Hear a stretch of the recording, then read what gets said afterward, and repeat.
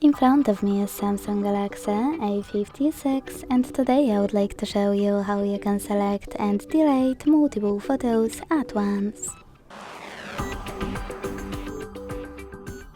Begin by launching Gallery app and tapping on Pictures or Albums at the bottom. Then hold one of your photos you wish to get rid of and tap on those dots at the top left corners.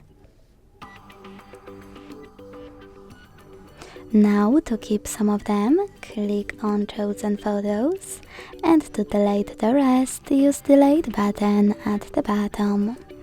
Then confirm your choice in the pop-up. Thanks so much for watching. If you enjoyed this video, leave a like, comment and subscribe.